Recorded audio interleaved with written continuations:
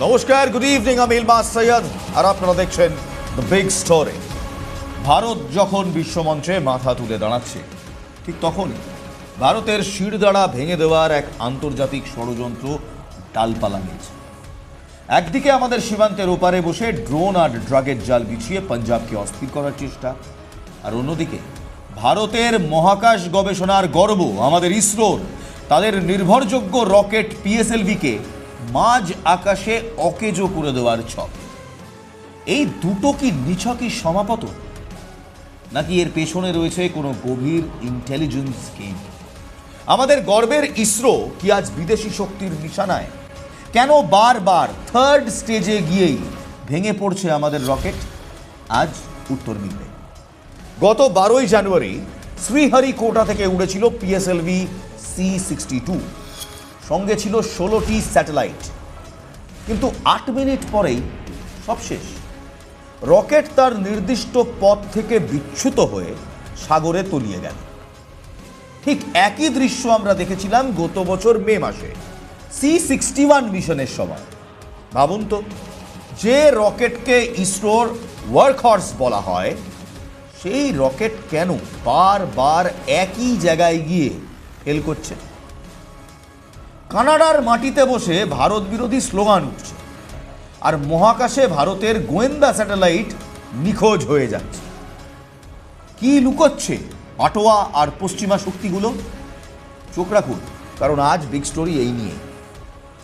অন্যদিকে ভারতের জাতীয় নিরাপত্তা উপদেষ্টা শ্রী অজিত দোভাল হঠাৎই পাড়া দিলেন ক্যানাডায়।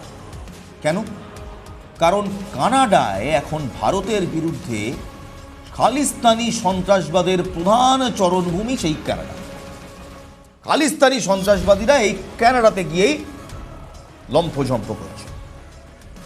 আইএসআই এর মদতে কানাডার ড্রাগ মানি কিভাবে পাঞ্জাবের যুব সমাজকে ধ্বংস করছে তার ফাইল নিয়ে ট্রুডো সরকারকে একেবারে মুখোমুখি বসিয়েছে ভারত। আজ আমরা এক এক করে এই সব মুখোশগুলো খুলব। 16টি স্যাটেলাইট চোখের পলকে সাগরে তলিয়ে গেল। এর পেছনে কি রয়েছে? কোনো টেকনোলজিক্যাল গলদ, নাকি কোনো সাজানো অন্তর্ঘাত? আজ রাতে এরই পর্দা ফাঁস হবে। প্রথমে আসা যাক পাঞ্জাবের কথা। 1947 সাল থেকে পাঞ্জাব এক নোংরা রাজনীতির শিকার। কংগ্রেস আর আকালি দলের সেই পুরনো লড়াই আজ এক চরম সীমায়। স্বাধীনতার পর যখন সবুজ বিপ্লব বা গ্রিন রেভলিউশন আনা হয়েছিল, তার উদ্দেশ্য কি ছিল বলুন তো? শুধুই কি উন্নয়ন, নাকি এর পেছনে রাজনৈতিক শক্তির আধিপত্য ভাঙার চেষ্টা ছিল? ইতিহাস বলছে সেই রাজনৈতিক অস্থিতিশীলতার সুযোগ নিয়ে সেই সময় দানা বেঁধেছিল খালিস্তানি বিচ্ছিন্নতাবাদ। 90-এর দশকে মুখ্যমন্ত্রী বেয়ন্ত সিংয়ের হত্যার পর সেই আন্দোলন সাময়িকভাবে থমকে যায়, কিন্তু তার ক্ষতগুলো শুকোয়নি। সরকার বা সুশীল সমাজ সেই সময় পাঞ্জাবের মানুষের পাশে দাঁড়িয়ে হিলিং টাচ দিতে ব্যর্থ হয়েছিল। আর এই সুযোগটাই নিয়েছিল পাকিস্তানের আইএসআই। 80-র দশকে আফগানিস্তানে যখন সোভিয়েত বিরোধী লড়াই চলছে, তখন পাকিস্তানের আইএসআই ড্রাগের কারবার শুরু করে অপারেশন ফান্ড জোগাত। আজ সেই একই পাইপলাইন ব্যবহার করা হচ্ছে পাঞ্জাবে। ড্রোন ব্যবহার করে সস্তায় হেরোইন আর অস্ত্র পাঠানো হচ্ছে। বিএসএফ অ্যান্টি ড্রোন গান ব্যবহার করছে ঠিকই, কিন্তু পাকিস্তানের ছক হলো, যদি ড্রোন গুলি করে নামানো হয়, অন্তত ড্রাগের প্যাকেটটা যেন ভারতের মাটিতে পড়ে। এর সঙ্গে যুক্ত হয়েছে পাঞ্জাবের হাইজ্যাক্ট মিউজিক ইন্ডাস্ট্রি, যা বন্দুক আর ড্রাগ কালচারকে গ্লোরিফাই করছে। কেন কেন কোনো সরকার এই মাদক অর্থনীতি বন্ধ করতে পারছে না বলুন তো? কারণ এর শিকড় ছড়িয়ে আছে কানাডা আর আমেরিকার মাটিতে, ভারতের মাটিতে নেই। এই ড্রাগ রাজনীতি কিংবা ড্রাগ কার্টেলের শিকড় কানাডায় এবং আমেরিকাতে।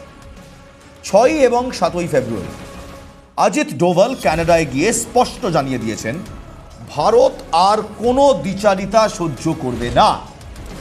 কানাডা এতদিন ফ্রিডম অফ স্পিচের দোহাই দিয়ে খালিস্তানিদের প্রশ্রয় দিচ্ছিল, কিন্তু ভারত প্রমাণ করে দিয়েছে যে গুরুদ্বারার নামে তোলা ফান্ড আসলে ভারতে নাশকতার জন্য ব্যবহার করছে এই কানাডিয়ান খালিস্তানিরা।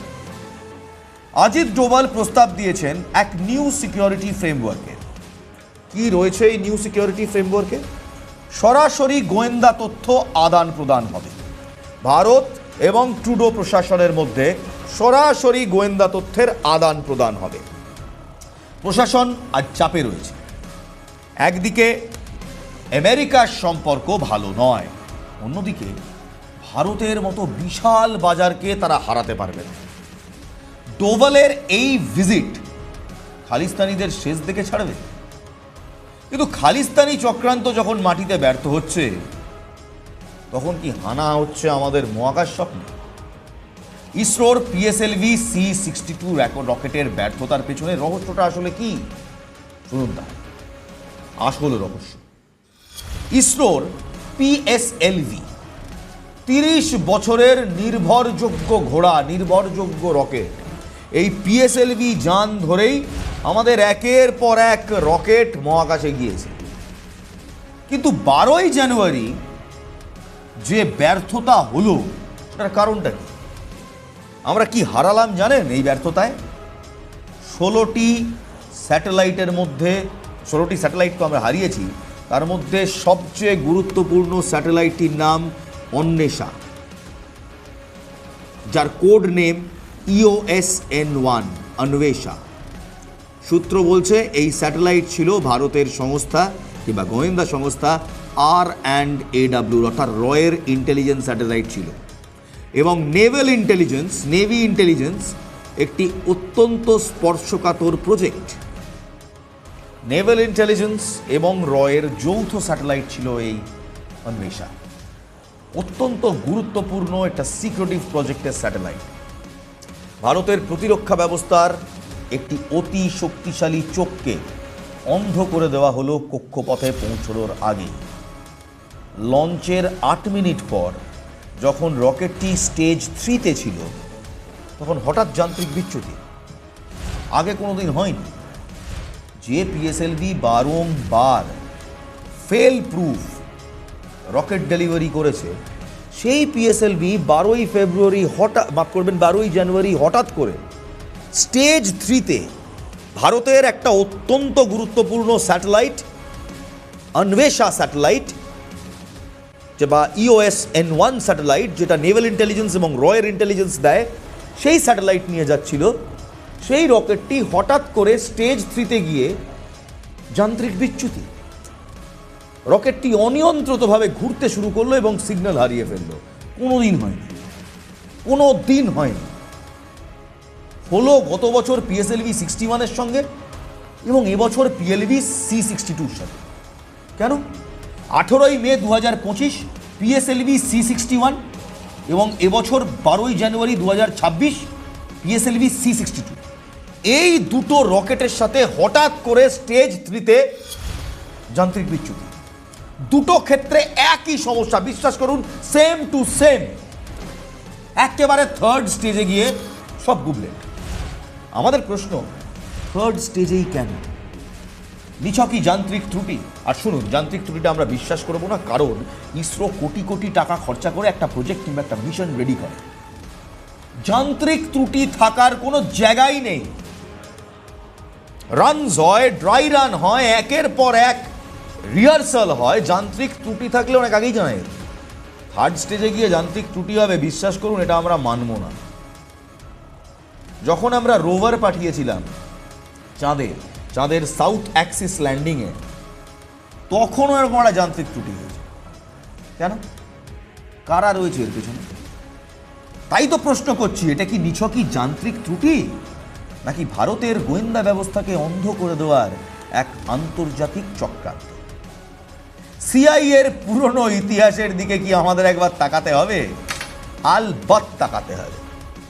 শুনুন, আমাদের কাছে কোনো প্রমাণ নেই কিংবা সেভাবে আমরা কোনোদিন এটা নিয়ে ওয়ার্ল্ড স্টেজে গলা ফাটাইনি, কিন্তু হোমি ভাবা, যার নামে আজকে ভাবা অ্যাটমিক রিসার্চ সেন্টার রয়েছে, এত বছর পর গিয়ে, প্রায় 50 বছর পর গিয়ে মোটামুটি ভারতের বাচ্চা জানে যে হোমি ভাবার plane crash was not an accident, it was a coordinated attack by the CIA।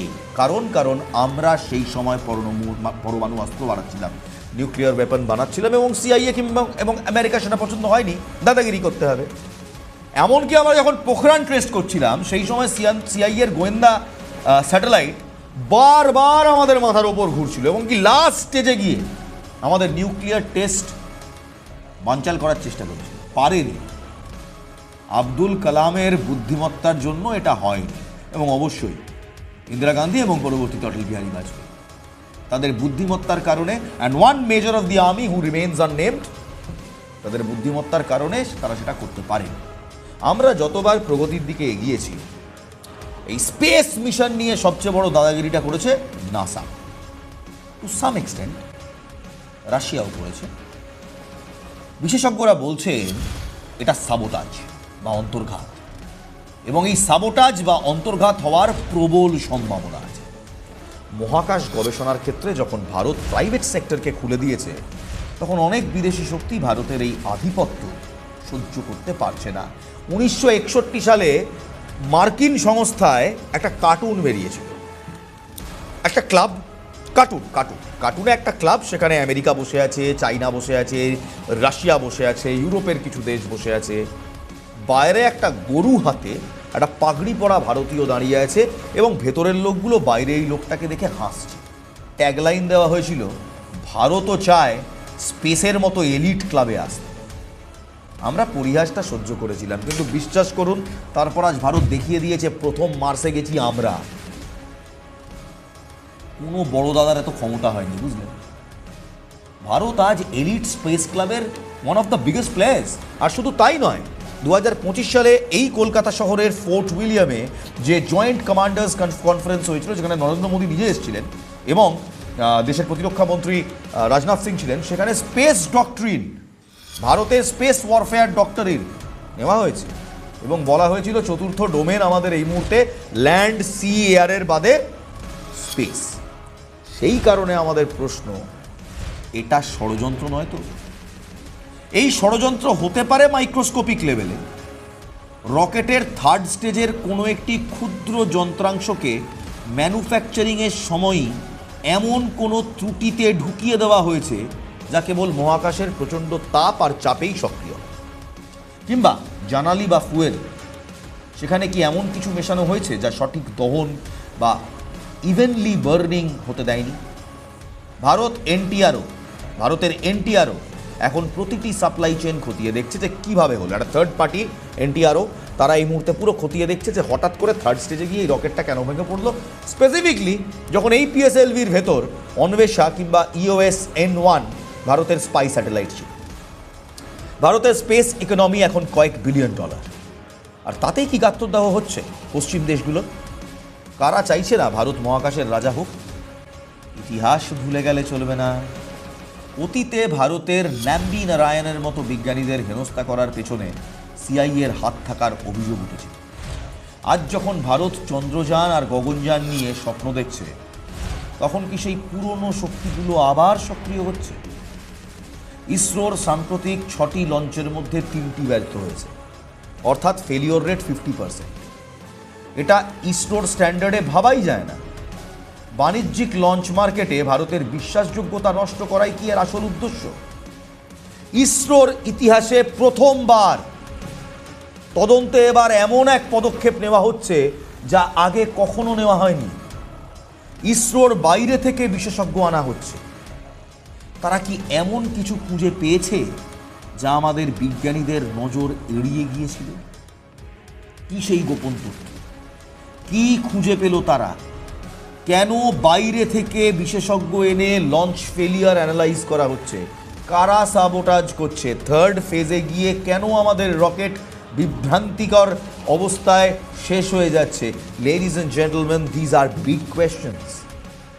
আজকে যখন 2026-এ দাঁড়িয়ে আমরা জানি ফোর্থ ডোমেন আমাদের স্পেস, ভারত বিলিয়ন ডলারের স্পেস ইকোনমি তৈরি করছে, তখন ইসরোর মতো একটা সংস্থা যারা মার্স পর্যন্ত পৌঁছে গেল, তারা সুদূর মহাকাশে, যেখানে এর আগে লাখো কোটি বার যাওয়া হয়েছে, সেই মহাকাশে 16টি স্যাটেলাইট ডেলিভার করতে পারলো না, এবং তার মধ্যে একটা আবার রয়ের স্যাটেলাইট, নেভাল ইন্টেলিজেন্সের স্যাটেলাইট, অর্থাৎ গোয়েন্দা স্যাটেলাইট। কেন থার্ড পার্টিকে নিয়ে আসা হলো ইনভেস্টিগেশনের জন্য? আর তারা কী বা খুঁজে পেয়েছে এখনো পর্যন্ত? কয়েকজন কমেন্ট করছেন, সাগ্নিক ভৌমিক, তিনি বলছেন ইসরো জিন্দাবাদ ছিল, জিন্দাবাদ আছে, জিন্দাবাদ রইবে। কিন্তু প্রশ্ন সেখানে নয়, প্রশ্ন হলো কি এমন পাওয়া গেল এই তদন্ত। ভারতের বিজ্ঞান ও প্রযুক্তি মন্ত্রী ডক্টর জিতেন্দ্র সিং এক বিস্ফোরক সিদ্ধান্ত নিয়েছেন। পিএসএলভির এই ব্যর্থতার তদন্ত করবে ইসরোর বাইরে একটি থার্ড পার্টি বা নিরপেক্ষ বিশেষজ্ঞ দল। কেন? কারণ পরপর দুটো লঞ্চে একই সমস্যা হওয়ার অর্থ হলো কোনো সিস্টেমে কোনো গাফিলতি আছে, নয়তো সিস্টেমের ভেতরে কেউ ঘাপটি মেরে বসে আছে। এই নিরপেক্ষ তদন্তের রিপোর্ট না আসা পর্যন্ত পরবর্তী সব পিএসএলভি মিশন স্থগিত রাখা হয়েছে। এমনকি এসএসএলভি লঞ্চও আটকে দেওয়া হয়েছে, কারণ তার সেকেন্ড স্টেজ পিএসএলভির থার্ড স্টেজের মতো। ভারত এখন কোমর বেঁধে নেমেছে, এই অন্তর্ঘাতের উৎস আমরা খুঁজে বার করবই। ভারতের প্রাইভেট সেক্টর কি এবার মহাকাশ গবেষণার হাল ধরবে? আর তাতে কি কমবে এই চক্রান্তের ভয়? কিন্তু ষড়যন্ত্রটা ঠিক মহাকাশেই হচ্ছে এমনটা নয়, পাঞ্জাবের মাটিতেও চলছে। আপনারা কি জানেন পাঞ্জাবে এখন এক নতুন ধরনের জনতাত্ত্বিক বা ডেমোগ্রাফির লড়াই শুরু হয়েছে। হিলিং টাচের নামে সেখানে খ্রিশ্চান মিশনারিরা ব্যাপকভাবে ধর্ম পরিবর্তন করাচ্ছে। 2026-27 সালের সেন্সাস রিপোর্ট নাকি দেখা যাচ্ছে, কিংবা জাতিভিত্তিক রিপোর্টে দেখা যাবে যে পাঞ্জাবের এক বড় অংশ ধর্মান্তরিত হয়ে গেছে। শিখ সমাজকে আজ ভাবতে হবে কেন তারা নিজেদের যুব সমাজকে শিক্ষা আর কর্মসংস্থান দিতে পারছে না, কেন তারা ড্রাগ আর খালিস্তানি উস্কানিতে পা দিচ্ছে। পাঞ্জাবকে বাঁচাতে হলে খালিস্তানের স্বপ্ন নয়, উন্নয়নের স্বপ্ন দেখতে হবে। ভারতের প্রতিরক্ষা আর মহাকাশ এক সুতোয় বাঁধা। শত্রু কি দেশের ভেতরেই লুকিয়ে আছে? মনে রাখবেন, পাঞ্জাব কেবল পাকিস্তানের একমাত্র লক্ষ্য নয়। পাকিস্তান চাইছে পাঞ্জাবকে এক মডেল হিসেবে ব্যবহার করতে, যা পরে হরিয়ানা আর হিমাচলেও ছড়িয়ে দেওয়া যাবে। কাশ্মীর সীমান্তে ভারতে ইতিমধ্যে প্রচুর শক্তি ব্যয় করেছে ভারত। এখন পাঞ্জাবকে অশান্ত করে ভারতকে সম্পদ আর নজর ঘুরিয়ে দেওয়ার চেষ্টা চলছে পাকিস্তানের তরফ থেকে। ভারতের শত্রু আজ মাল্টি ডাইমেনশনাল। বারবার আমাদের সেনাপ্রধানরা, আমাদের প্রতিরক্ষা মন্ত্রীরা একটা কথা বলেন, এই সময় মাল্টি ডাইমেনশনাল ওয়ারফেয়ারের সময়। মানে কোনো একদিক থেকে একতরফা অ্যাটাক আসে না, মাল্টি ডাইমেনশন, একাধিক জায়গা থেকে একাধিক অ্যাটাক। কেউ রকেটে ম্যালওয়্যার ঢোকাবে, কেউ ড্রোনে করে ডাক পাঠাবে, আর সোশ্যাল মিডিয়ায় র্যাডিক্যালিজম ছড়াবে, অর্থাৎ মগজ ধোলাই। কিন্তু তারা ভুলে যাচ্ছে এটা 2024-এর ভারত, এটা 2026-এর নতুন ভারত। শেষে একটা কথা বলি, পিএসএলভি আবার উঠবে 2 জুন 2026-এর মধ্যেই, 2026-এর জুনের মধ্যেই আমরা আবার মহাকাশ জয় করব। আর খালিস্তানি চক্রান্ত, আমাদের national security advisor Ajit Doval যে নীল নকশা কিংবা ব্লু প্রিন্ট অটোয়াতে রেখে এসেছেন, তাতে খুব শিগগিরই তাদের জাল ছিঁড়ে যাবে। ভারতের উত্থান কেউ রুখতে পারবে না, না মহাকাশে না মাটিতে। আমরা সজাগ আছি, সতর্ক আছি, আপনারাও সজাগ থাকুন। দেশের বিরুদ্ধচারণ করলে আজ আর রেহাই নেই, কারণ সবার ওপরে যেমন মানুষ সত্য, তেমন সবার উপরে দেশ সত্য। ফার্স্ট দ্য নেশন, প্রথমে দেশ, তারপর ভোট, রাজনীতি, পলিটিক্স, আরও যা যা আসে। আগে তো দেশ। ইয়ে দেশ কি ধরতি সোনা উঠে, এই কথাটা মাথায় রাখবেন।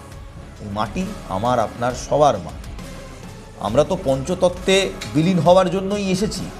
সেই পঞ্চতত্ত্বের এক তত্ত্ব কিন্তু মাটি, যে মাটি আমাদের মা। প্রথমে মাটি, প্রথমে ভারত, তারপর অন্য কিছু। ভালো থাকবেন, ভালো রাখবেন। জয় হিন্দ, গুড নাইট।